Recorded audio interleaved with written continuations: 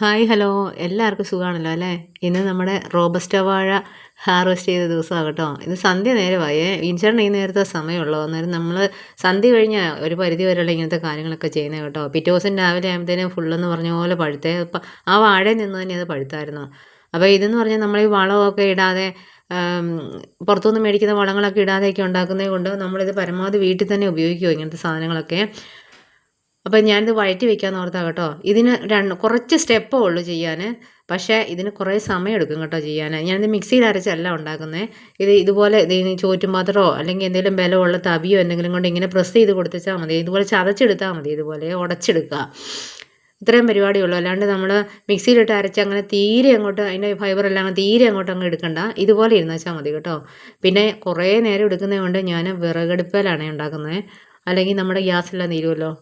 ഇത് കണ്ടോ, തിളച്ച് നമ്മളൊരു തുള്ളി പോലും വെള്ളം ഒഴിച്ചിട്ടില്ല. ഇത് ആ പഴത്തിൻ്റെ വെള്ളമാണ്. തിളയ്ക്കുന്നതനുസരിച്ച് വരും. 3-4 സ്റ്റെപ്പേ ഉള്ളൂ ചെയ്യാൻ. പക്ഷേ കുറേ സമയം എടുക്കുന്നത്, വെള്ളം അരിഞ്ഞ് വരണമല്ലോ.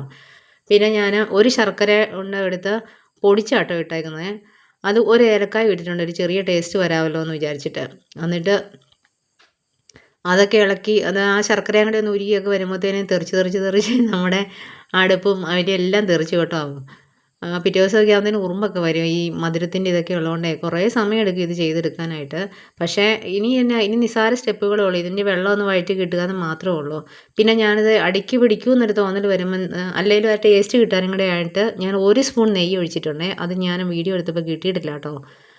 അത് ഓർത്തിരുന്നോണം. ഇത്രയും കാര്യങ്ങളുള്ളൂ. ഈ ഏത്തപ്പഴമൊക്കെ ഉണ്ടാക്കുവാണെങ്കിൽ ഇത്രയും വെള്ളം വരികയില്ല. ഈ റോബസ്റ്റ വാഴ എന്ന് പറഞ്ഞു കഴിഞ്ഞാൽ വാഴപ്പഴം എന്ന് പറയുമ്പം അതിന് കുറച്ചുകൂടെ സോഫ്റ്റ് ആയിട്ടുള്ള പഴമാണല്ലോ. ഏത്തപ്പഴത്തിന് ഇത്രയും വെള്ളമില്ല. ഞാൻ ഉണ്ടാക്കി നോക്കിയിട്ടുള്ള അതുകൊണ്ട് പറഞ്ഞാണേ. പിന്നെ ഇതും കൊണ്ട് എന്ന് പറഞ്ഞു കഴിഞ്ഞാൽ ഇതെങ്ങനെ ഉണ്ടാക്കി വെച്ചാൽ ഇത് ചുമ്മാ തിന്നാം ഇതുപോലെ. പിന്നെ ചപ്പാത്തിയുടെ കൂടെ കഴിക്കാം, ബ്രെഡിൻ്റെ കൂടെ കഴിക്കാം. പിന്നെ നമുക്ക് പൂച്ചാപ്പം ഉണ്ടാക്കണം എന്ന് തോന്നുമ്പോൾ ഇത് കൂട്ട് 2-3 സ്പൂൺ കോരി ഇട്ട് വെച്ച് അരിപ്പൊടി എല്ലാം കൂടി ഇട്ട് സാധാരണ ഉണ്ടാക്കുന്ന പോലെ ഉണ്ടാക്കിയാൽ മതിയേ. ഈ പഴം കൊണ്ടുണ്ടാക്കുന്നതുണ്ടല്ലോ, ചക്ക കൊണ്ടുണ്ടാക്കുന്ന പോലെയല്ല തന്നെയാണ് പഴം കൊണ്ടുണ്ടാക്കിയാൽ. ഇപ്പം നന്ദു ബ്രെഡുമായിട്ട് വന്നിട്ടുണ്ട്. നന്ദുവിൻ്റെ മെയിൻ ജോലി ഇതൊക്കെയാണ്. ഇങ്ങനെയൊക്കെ വല്ലതൊക്കെ ഉണ്ടാക്കി വെച്ചാൽ അവന് ഭയങ്കര ഇഷ്ടമാണ്. അവൻ ഭയങ്കര മധുരപ്രിയനാണ്. അപ്പം പിള്ളേർക്ക് ഭയങ്കരമായിട്ടും ഇഷ്ടപ്പെടും. നമ്മൾ ബ്രെഡൊക്കെ കഴിക്കുന്ന പോലെ ഉണ്ടാക്കി വെച്ച് ബ്രെഡിൻ്റെ അത് ജാം മുക്കി കഴിക്കത്തില്ലേ, അതുപോലെ ജാം തേച്ചും ന്യൂട്രല്ല തേച്ചുമൊക്കെ കഴിക്കുന്ന പോലെ തന്നെയാണ് ഇത്. പിന്നെ നമ്മൾ ദോശ പോലെയൊക്കെ ഗോതമ്പ് മാവൊക്കെ കലക്കി ഒഴിച്ചുണ്ടാക്കുമ്പോഴും ഒരു വശം ഒന്ന് കുക്കായി വരുമ്പോഴത്തേനും ഇത് കൂട്ട് കുറച്ച് തേച്ച് വെച്ചിട്ട് അതങ്ങ് മടക്കി വെച്ച് അങ്ങനെയൊക്കെ ഉണ്ടാക്കി കൊടുക്കും ഞാനിത്.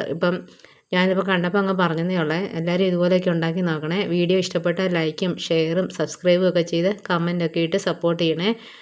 അപ്പോൾ വീണ്ടും കാണാം കേട്ടോ. ബൈ.